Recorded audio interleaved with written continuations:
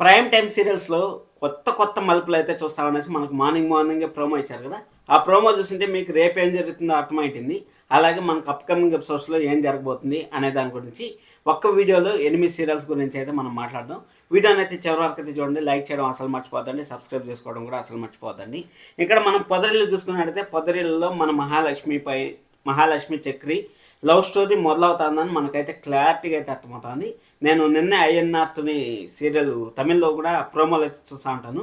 ఆ ప్రోమోల్లో చిన్నగా వాళ్ళ మధ్య లవ్ అనేది మొదలైన తర్వాత ఆ లవ్ జస్ట్ వాళ్ళు లాస్ట్ వీక్‌లోనే వాళ్ళకి పెళ్లి అయితే అయింది. మరొకసారి అయితే వాళ్ళు రియల్‌గా పెళ్లి చేసుకున్నారు. అంటే పోలీస్ స్టేషన్‌లో పెళ్లి జరిగింది కదా! ఆ పోలీస్ స్టేషన్‌లో పెళ్లి కాకుండా మనకు రియల్‌గా అయితే పెళ్లి జరిగిందనేసి మనకైతే చూపించారు అక్కడ.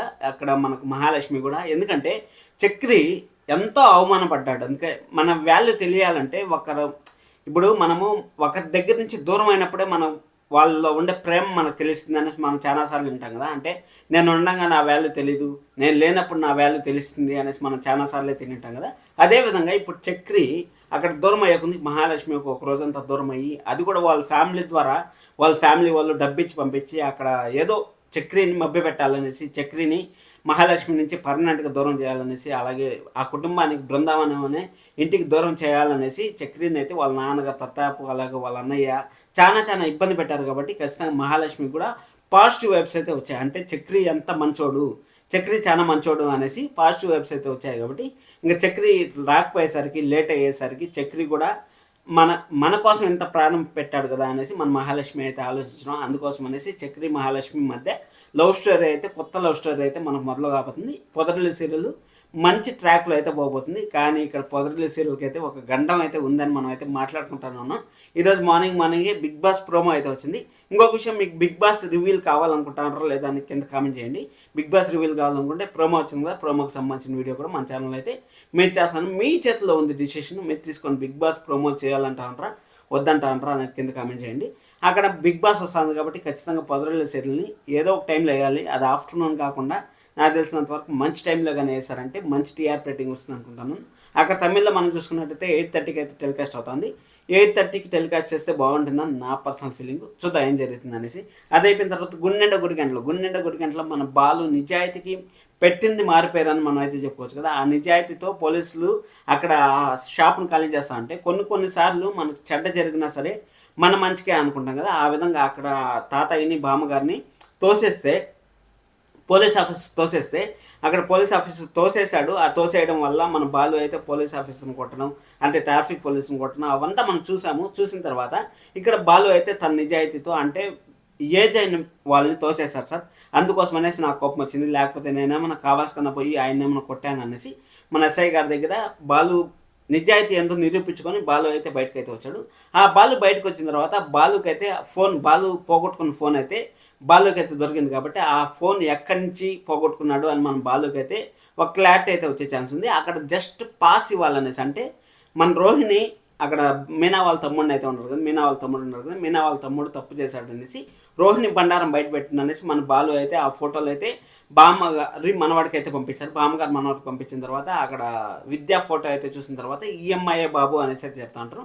అక్కడ బాలు ఎక్కడికి వెళ్తా ఉంటాడు. ఎక్కడికి వెళ్తా ఉంటే అంటే నిజాలు బయటకు పెడతామనేసి వెళ్తా ఉన్నప్పుడు ఆ పోలీస్ వచ్చి మన బాలు కార్ని అంటే బాలు కార్ని సీజ్ చేస్తాను, నువ్వు స్టేషన్కి వచ్చి తీసుకో అనేసి స్టోరీని అయితే కొంచెం డైవర్ట్ చేశారు. డైవర్ట్ చేసినా కానీ ఏం ప్రాబ్లం లేదు. ఇంకా రోహిణి బండారం అయితే బయటపడక తప్పదు. ఎందుకంటే రోహిణి చేసిండే తప్పులు ఒక్కొక్కటి కాదు, అది అంచెలంచెలుగా తప్పులు చేశారు కాబట్టి ఇంకా రోహిణికి అయితే మామూలు చుక్కలు ఉండబోవు. ఇంకా బాలు మీనా స్టోరీ కొంచెం తగ్గినా కానీ రోహిణి గురించి నిజాలన్నీ బయటపడే ఛాన్స్ అయితే వెరీ హైగా ఉంటుంది. మనకు తమిళ సీరియల్లో రీమేక్ సీరియల్స్ ఏదన్నా కంటిన్యూ అవుతా ఉంటాయంటే అది ఓన్లీ గుండెండు గుడి గంటలు పొదరిల్లు సీరియల్ మాత్రమే అని మనం ఇప్పటికైతే చెప్పుకోవచ్చు. ప్రజెంట్ ఈ 2 సీరియల్ అయితే కరెక్ట్ ట్రాక్‌లో అది తమిళ్‌లో ఏమైతే జరుగుతుందో ఆ తమిళ్ ట్రాక్ అయితే జరుగుతుందని మనం అయితే చెప్పుకోవచ్చు.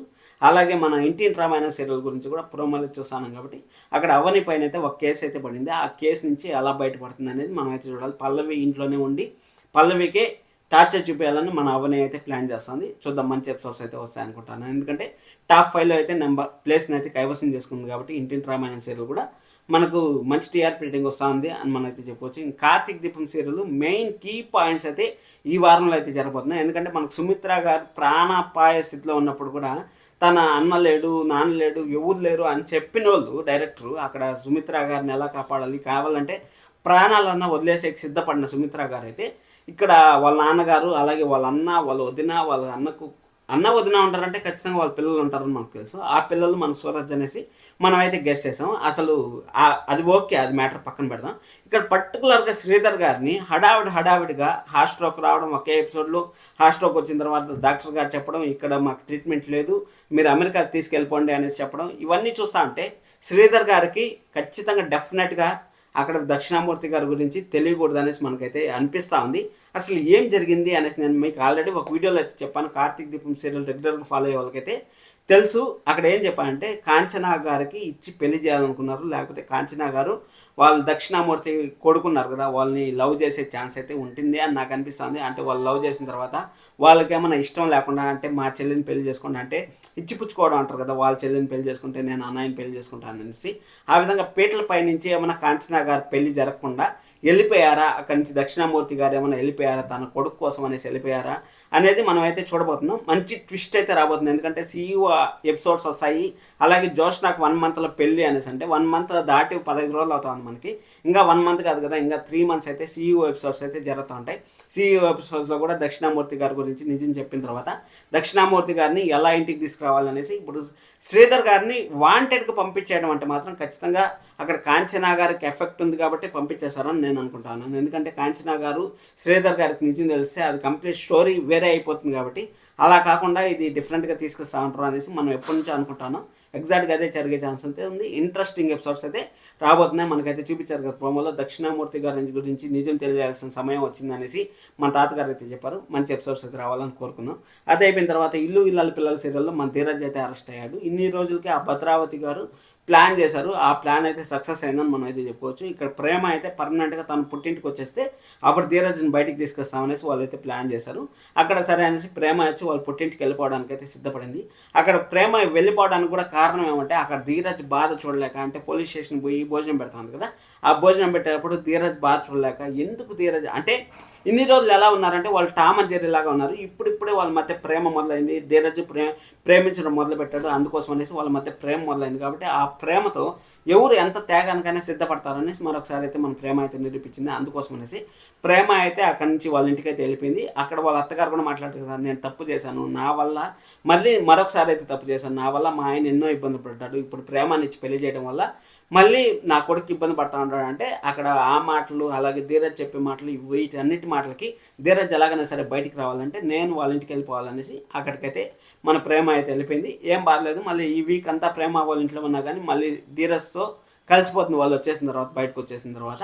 అది అయిపోయిన తర్వాత ఇంకా నువ్వు లేక నేను అనే సీరియల్ నల్లపూసల ఫంక్షన్, అంటే అమ్మాయి జీవితంలో పెళ్ళయిందనేసి రుజువు చేయడానికి నల్లపూసలు అనేసి మనం అయితే అనుకుంటాం. నల్లపూసలు వేసుకున్నారంటే ఖచ్చితంగా ఆ అమ్మాయికి పెళ్ళయింది అనేసి ఒక క్లారిఫికేషన్ అయితే వచ్చేసింది. అలాంటిది అమ్మాయి జీవితంలో ఒకేసారి జరిగిందంటే అక్కడ వాళ్ళ బంధం ఏమైనా దగ్గర అవుతుందా అంటే, అగ్రిమెంట్ పెళ్ళి కాస్త నిజం పెళ్ళి అవుతుందా అంటే అవుతుంది. యాక్చువల్గా సీరియల్ నాకు ఖచ్చితంగా ఫస్ట్ టామ్ అండ్ జెర్రీ లాగా ఉంటారు. కొన్ని రోజులు అయిన తర్వాత ప్రేమ చిగురిస్తుంది. చిగురిచ్చిన తర్వాత ఆటోమేటిక్గా వాళ్ళు మంచిగా మారుతారు. కాబట్టి ఆ విధంగా అయితే జరిగే ఛాన్స్ అయితే ఉంటుంది. గోదావరి సీరియల్ గురించి మాట్లాడుకున్నట్టయితే గోదావరి సీరియల్లో ఫస్ట్ స్టార్టింగ్ ఎపిసోడ్స్లో అంత ఇంపాక్ట్ అయితే క్రియేట్ చేయలేదు. అంతే ఫాదర్ క్యారెక్టర్ అంటే మనకు ఒక కోర్ ఉండిపోయింది. ఏమంటే గోదావరి సీరియల్ అంటే మనకి ఎలా చెప్పాలి మీకు, మనకి మైండ్లో ఎక్కిచ్చేస్తారు. అంటే వాళ్ళ ఫాదర్ లేకపోతే ఆ అమ్మాయి ఎలా జీవిస్తుంది, ఆ అమ్మాయి ఆ కుటుంబాన్ని ఎలా నెట్టుకొని వస్తుంది అనేసి ఒక కోర్ పాయింట్ని అయితే మనకైతే వదిలేశారు. కాబట్టి ఆ కోర్ పాయింట్ పైన ఏమనుకునిందంటే ఇంకా ఫాదర్ ఉంటాడా, ఏ రోజు చచ్చిపోతాడు ఫాదర్, ఏ రోజు చచ్చిపోతాడు, మనలో ఒక సైకోయిజం అనేది ఉంటుంది.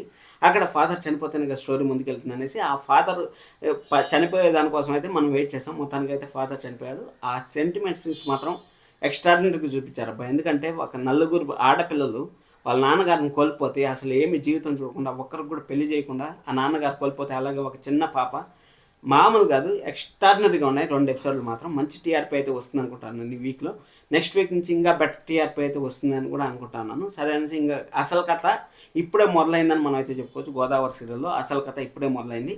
మంచి ఎపిసోడ్స్ అలాగే సెంటిమెంట్స్ ఎపిసోడ్స్ అయితే రాబోతున్నాయని మనకైతే క్లారిటీగా అర్థమవుతుంది. ఎందుకంటే ఒక తండ్రి లేని జీవితాన్ని ఒక ఆడబిడ్డ నలుగురిని ఎలా పోషిస్తుంది, నలుగురు కాదు 5 మందిని ఎలా పోషిస్తుంది అనేది మనం అయితే చూడబోతున్నాం అనేసి క్లారిటీగా అయితే అర్థమవుతుంది. ఇంక నిండు మనసుల సీరియల్లో అసలు ఘనాకి సాహితీకి ఎందుకు పెళ్లి చేశారా అనేసి నాకైతే అస్సలు అర్థం కాలేదు. ఇదే విధంగా 6 PMకి వచ్చిన వెంటనే సీరియల్స్కి అసలు ఏమవుతుందో ఏమో తెలియదు, కంప్లీట్గా స్టోరీ అయితే మార్చేస్తారు. ఆ స్టోరీ జనాలు ఆల్రెడీ విసిగిపోయింటారు. అంటే 6 PMలో టీఆర్పీ రాదు, జియో హాట్స్టార్లో చూద్దాం అనుకుంటే ఆ జియో హాట్స్టార్లో చూసేకి వాళ్ళు ఏం చేస్తారంటే అన్వాంటెడ్గా సైడ్ క్యారెక్టర్స్ని ఇంపార్టెంట్ ఇచ్చి, అంటే డబ్బులు ప్రొడక్షన్ హౌస్లో డబ్బులు తగ్గించాలనేసి మెయిన్ క్యారెక్టర్స్కి కొంచెం డబ్బులు ఎక్కువ వేయాల్సి వస్తుంది. అదే సైడ్ క్యారెక్టర్స్కి డబ్బులు తక్కువ అవుతుంది కదా అని సైడ్ క్యారెక్టర్స్ని హైలైట్ చేయడం వల్ల ఆ సీరియల్ మనకు చూడబోద్దు కాదు. అందుకని జియో హాట్స్టార్లోనూ వ్యూషిప్ తగ్గిపోతుంది, అక్కడ టీవీలోనూ వ్యూషిప్ తగ్గిపోయిన తర్వాత ఖచ్చితంగా ఆ సీరియల్ని అయితే శుభం కార్డ్ అయితే వేస్తారని మనకు తెలుసు. అలాగే నిండు మనసు సీరియల్లో సాహితీకి ఘనాకి ఎప్పుడు చిత్రించుకునే సాహితీ అంటే ఘనాన్ని చూస్తానంటే ఏదో ఒక చీడ పురుగుని చూసినట్టయితే చూస్తుంది. అలాంటి చీడ పురుగుని పెళ్లి చేసుకొని వస్తుంది అనేసి అసలు ఎవరు ఎక్స్పెక్ట్ చేసిండ్రు. అసలు ట్విస్ట్ అంటే మామూలు ట్విస్ట్ అయితే వేయలేదు. అలాగే మన విజయానంద్ గారు అయితే షూట్ చేశారు, ఘనాన్ని షూట్ చేస్తా అంటే అక్కడ ఎందుకు ఘనాన్ని పెళ్లి చేసుకున్నా అంటే ఆల్రెడీ మనం చెల్లి బలి అనే కాన్సెప్ట్ ఒకటి చేశాను. ఆ చెల్లి బలిలో మన సాహితీ అయితే బలి అయిపోయిందని మనం అయితే చెప్పుకోవచ్చు. అలాగే మన అమూల్య బయటకు అయితే వచ్చేసింది. ఇక్కడ మన సాహితీ కూడా బయటకు వస్తుందా లేదా అనేది అప్కమింగ్ ఎపిసోడ్స్లో మనం అయితే చూడాలనుకుంటాను. ఎందుకంటే వాళ్ళు పెళ్లి చూపించలేదు, వాళ్ళు లవ్ స్టోరీ చూపించలేదు, అసలు ఎలాంటిది చూపించలేదు. కాబట్టి జస్ట్ ఏదో స్టోరీ ముందుకు వెళ్ళాలి అన్నట్టయితే ప్రయత్నం చేస్తూ ఉంటారు. మాకైతే క్లారిటీగా అయితే అర్థమైంది. సో చూద్దాం ఏం జరుగుతుంది అనేసి. బిగ్ బాస్ కూడా వచ్చేస్తున్నాం కాబట్టి బిగ్ బాస్ వస్తే 6 PM సీరియల్స్కి డేంజర్ అని మనం మాట్లాడుకుంటూనే ఉన్నాం. ఇక్కడ 6 PMలో బిగ్ బాస్ ఎత్తేసి పొదరిల్లు సీరియల్ ఏమైనా వేస్తారా అనేది కూడా మనం అయితే చూద్దాం. సబ్స్క్రైబ్ చేసుకోండి మంచి వీడియోస్ కోసం. ఇది కంటిన్యూస్గా 3వ వారం అయితే మీకు అయితే చేస్తున్నాను. ఇలాంటివి 8 సీరియల్స్ రివ్యూ అయితే ఒక వీడియోలో అయితే మనం మాట్లాడుకుందాం. Thank you so much, love you all, by by.